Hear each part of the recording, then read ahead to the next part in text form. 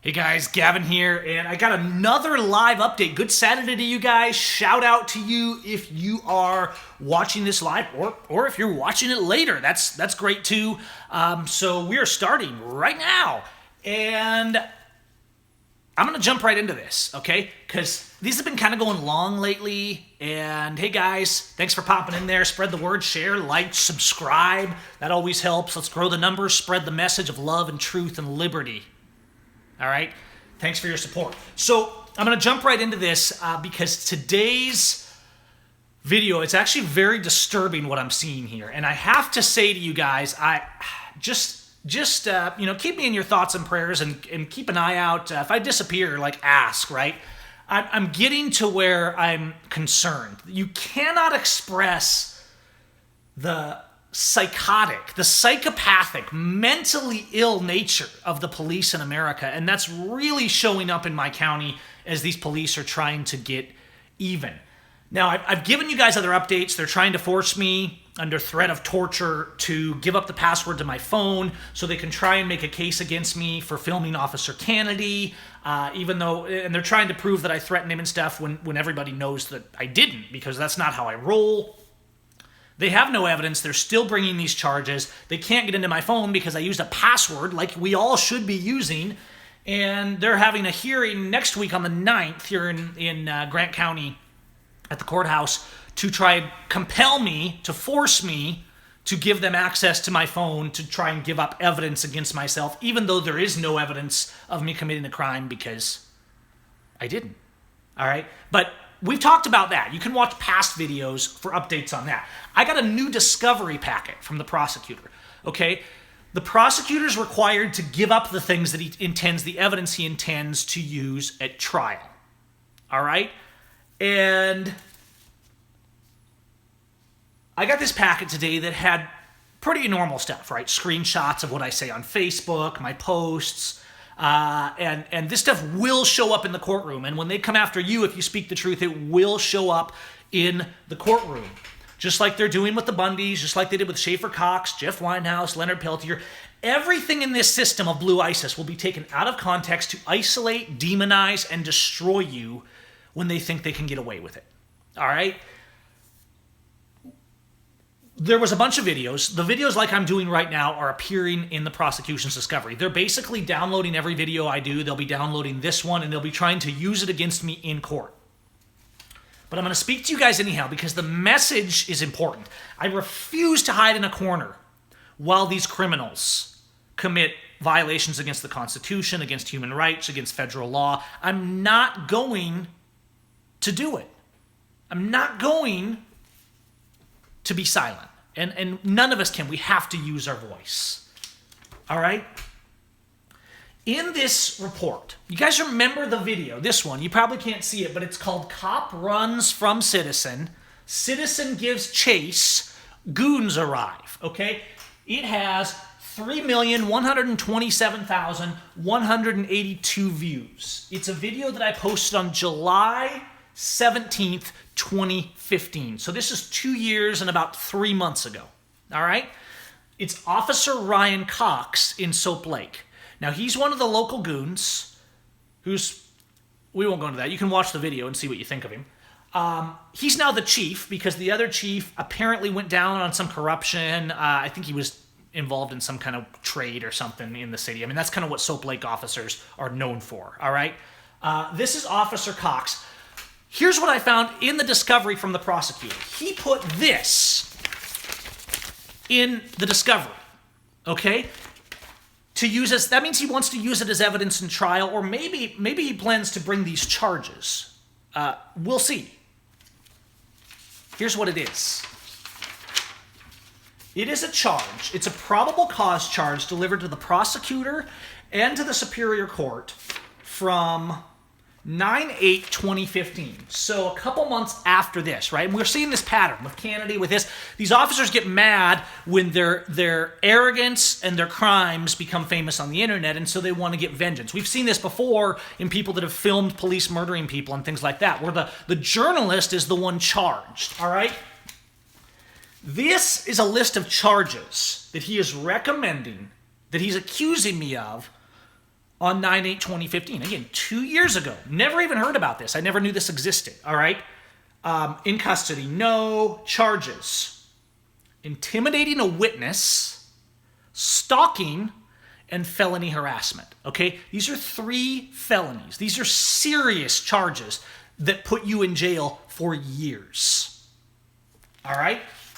Now, why would Officer Cox charge me with this? Well, let's fast forward a couple pages, okay? I had stopped. Officer Cox, particularly at that time, but they still do it, was consistently pulling over people outside of Soap Lake. So he's most of the time, like he's paid to serve Soap Lake, right? But he would be known to be in cities 70 miles away pulling people over. And so he was consistently pulling people over out of jurisdiction. And oftentimes he would do it right out in front of my studio, which is outside of Soap Lake, all right? I'm driving home one night and I see him stop there. And so I pull over. This is not a new routine for me to say, what are you doing out of jurisdiction? Why are you doing stuff out here, right? He was talking to someone. He had made a stop and wrote a ticket outside of his jurisdiction, and then somebody else from a nearby house pulled up to talk to him because apparently their son had ran away from home, their 17-year-old son, all right? I just pull up and say, why are you out of jurisdiction, right? I did my typical thing. The whole encounter with him was like 4 minutes long, if that. I'd say, I'm talking to him, and the woman gets hostile with me. She starts cursing me out and saying, he's helping me, and I trust him, and I want him out here, and he's helping me find my son. And I'm like, ma'am, I'm sorry, your son is missing. Is there anything I can do to help? And she's like, you can get the bleep out of here and stop harassing this cop. Of course, I wasn't harassing anybody. I was just asking questions because it was an officer out of jurisdiction, not following protocol and policy, out on the side of the highway, doing shifty things, all right? But I said, all right, I didn't want, if the woman's son, she was saying her son was missing. In fact, according to the report, her son left, okay? But either way, right? I mean, she wants to find her son. I get that. And I sympathized with that at the time. And so I didn't make it a long encounter because I'm like, hey, this isn't the time. Let him have the conversation. She wants to talk to him. I've checked in. I've made sure he's not molesting anyone.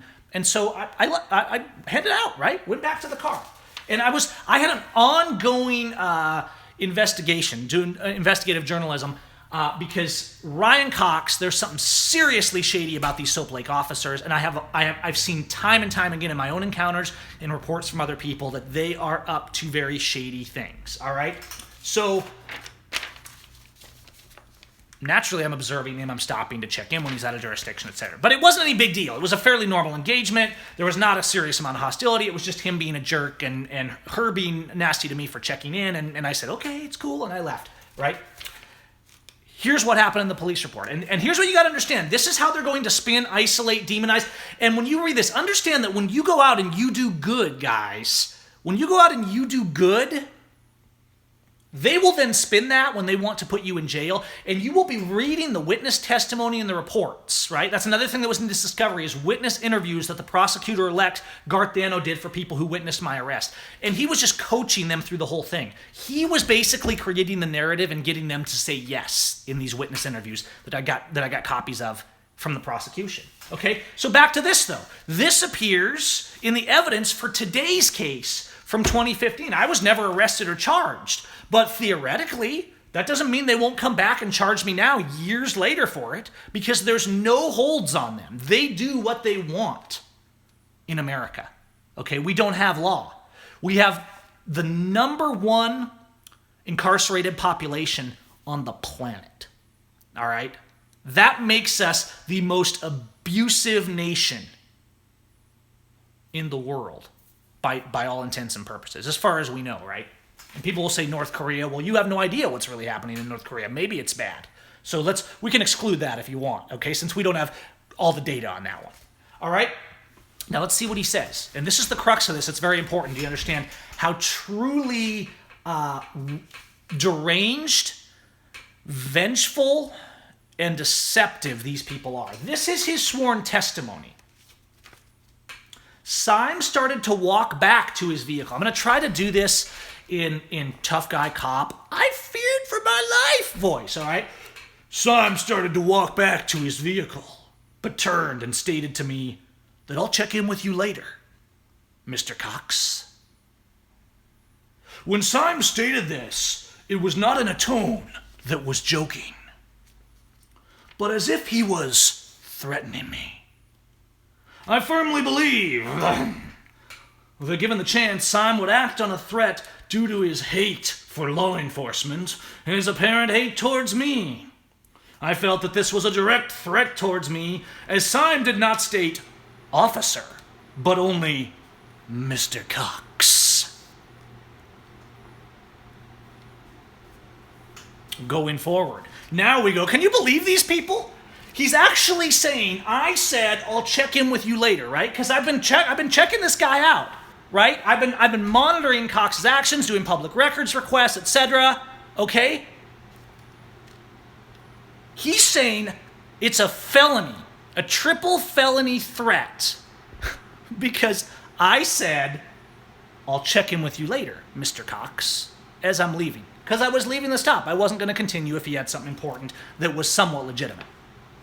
It goes down. Then we have the statement from Bonneville, who's one of the women that he's talking to that's like cursing me out because I stopped to check in, right? Because we have mentally ill psychotics in the cops, and we have a mentally ill society that's in complete Stockholm syndrome that defends, no matter what these cops do, as long as it's mostly to someone else, right?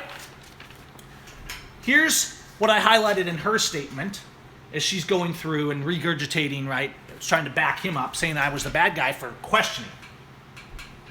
Again, this is a sworn statement. Gavin Syme then threatened Cox, saying, I will see you later. I then asked Cox, did he just threaten you? And if Cox would be okay. Are you people... All right, let's go on. I'm not going to read the whole report, because you know these reports, they're long legalese and they just spin, but I'm giving you the key points here. Okay, here's his final probable cause assertion that he ended to the prosecutor in the courts, that at the time was never prosecuted. At this time, I have probable cause. We're back to my Cox voice. At this time, I have probable cause for arrest of Syme for intimidating a witness for his stated threat towards me on the contact. Syme, knowing that when I cited him for speeding in 7-5-13, that I may have been called as a witness if a hearing or trial had been called for the infraction. What? Okay, so get this. This officer, he's one of the local extortioners, he pulled me over. All right, hang on. I'm trying to get to the super chat, if I can, because my phone is kind of fritzing out, and your chats keep going offline. There you are. Okay, so it looks like you guys can still hear me, but confirm that with me. All right, so at this time I have probable cause for arrest on Syme. There's some typos in here. For intimidating a witness. Okay, so I read that part, right? He's saying that because he gave me a speeding ticket in 2013, so 4 years ago and 2 years before this incident, thanks guys, okay, that even though I paid that speeding ticket a week later and it was long ago closed, he's saying that he could have been a witness had I called him as a witness for that speeding ticket. And because of that, because I threatened him by saying, and I quote, I'll check in with you later, Mr. Cox, that is felony witness intimidation. You guys, you can't make up. These people actually convince themselves, because they're in an echo chamber of people backing them up and saying they're good guys. These insanities convince themselves that they have something to do with law, and it's scary and it's sad.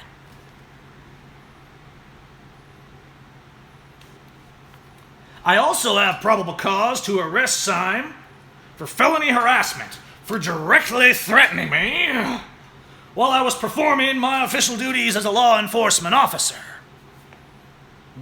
The direct threat again is me saying, see you later. Okay? Finally, I have probable cause for RCW blah blah blah stalking. Syme has intentionally and repeatedly harassed and followed myself on numerous occasions, including 2 incidents where he has filmed me, one of which was posted on YouTube.com.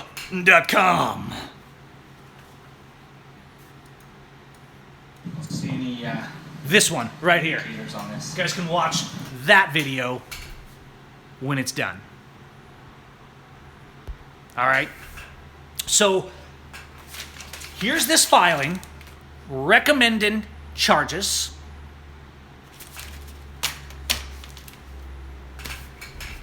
It now appears in my discovery for my charges where Officer Kennedy a few months ago stole my phone, charged me with harassment, obstruction, and they're trying to force me to unlock my phone so they can root around in it. All right? So I want you guys up to speed. I want you to understand how they isolate, demonize, and destroy. I mean, you've seen various live streams, and I've kind of brought you along at every stage of this case and been quite candid with you, talked about my motions and their motions. All right? And so if you want to follow up, if you're dealing with a case, I'm trying to leave a trail here so that whatever happens to me, you guys see this pattern of how they do it. Because this is how they do it in every county, in every state, right? Feds, local, doesn't matter. The prosecutors do not recognize the law. The judges do not recognize law. Guys, from a legal perspective, from their own statutes, these arguments are utterly ridiculous. Even for cop arguments, these are really bad, which is probably has something to do with why it wasn't charged in 2015. All right? However, that doesn't mean they won't come back and charge, because the current prosecution in this county is using intimidation, I believe, is using intimidation, threats, and harassment in various ways to try and shut me down, to try and put me in fear, to try and silence me, to try and put me in jail. All right? And so that is where we're at. Now, yes, there's various Supreme Court rulings, good ones, and I mentioned these in last night's video, on this idea that you can be charged for expressing yourself, even for saying things that distract an officer, right? Which generally is, that's not how I approach it. I come and I'm very open and candid. I'm principled. I ask questions of officers. I film them, etc. But there's the cases that have gone to the Supreme Court. The people were far more intense oftentimes with the officers. And the Supreme Court, as corrupt as they are, have even overturned these cases because they are completely insane. The charges are insane, and it's too blatant, right? But that doesn't mean the Supreme Court's not terrorist either. They keep people in jail all the time, okay? So that's where we're at. That's the update. You can't make this stuff up, guys. This is absolutely non-admissible as evidence in the current case, in any sort of legal standard. They'll probably admit it anyway, right? But it's completely non-related to this entirely. And so there we are. That's where we're at. I go into court on the 9th for all these motions, got the motion to dismiss and things like that, like we talked about. And so at this point, guys, I mean, there is no law, and I can make a good legal argument. I don't have a problem with the law. I don't have a problem understanding or articulating the law because I know the law. We talk about it on here all the time. I know the law most of the time better than the police and prosecutors and all that kind of stuff. But that's not the point. We're here for justice. We're here to love our neighbor. And we have to love these cops enough, not to be vengeful or violent, but just to do right. I'm going to say a short prayer. You guys can join me, or if you're not into that, that's fine. But I'm feeling pretty oppressed by this, so you can take it as you like. If you want to support, you can go to the website, callmegav.com. They're trying to beat us down, but we're just going to keep speaking. You can also super chat in here if you want to, or just spread the word, share this, right? And go from there.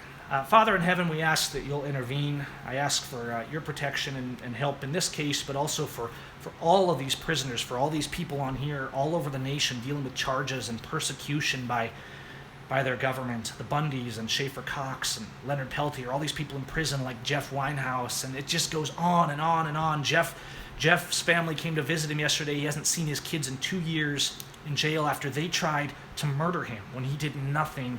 And they just jammed it up and rinky-dinked it around in the prison and didn't even let him see his family. I mean, it's just, Father, I don't know what to do. We speak out, but we need some intervention. So I ask that you'll open the hearts of our nation and these people that are slaves and supporting evil, and especially these wicked prosecutors, the blue line and the enforcers, that you'll bring them to their knees in repentance, and also that you'll intervene to stop their crimes against humanity and their terror against this nation, and that you'll work in people's hearts to stand up. In Jesus' name, amen. All right, guys, so there we are. I see your comments. I see that there's lots of trolls. I block the trolls all the time. But sometimes when I'm reading stuff and when I'm going like this, I can't see all the trolls. But we're gaining on the trolls. The trolls get blocked very frequently. The chat has been weirding out tonight. It keeps glitching, and so I haven't been able to see all the trolls. But we will keep doing it, and I'll try and work out some moderators and stuff too. It's just I never know who's going to be on the chat, and I got to make sure it's somebody I know so I don't end up with a troll as a moderator. I try to avoid that anyhow. So, anyways. They will isolate, demonize, and destroy, and you can't let them do it without speaking out. Our voices can be raised in unison. The problem is not patriots. The problem is not Antifa, Black Lives Matter, left, right. The problem is not 3% or rednecks. The problem is all of us. It's not about faction. We need to set aside our hate. We need to set aside our violence, and we need to say no more.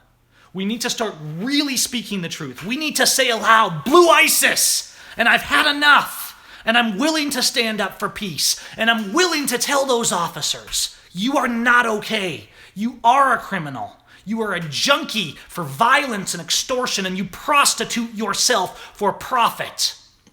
And I'm going to say it. All right? Thanks, back for more. You guys get out there, have a good weekend. Great group in here tonight. A large group in here tonight. So be peace, stand up. Don't be hate. Don't be vengeance. Because our peace and our love and our strong, honest words have far, far more power against these terrorists. All right? Take care, guys.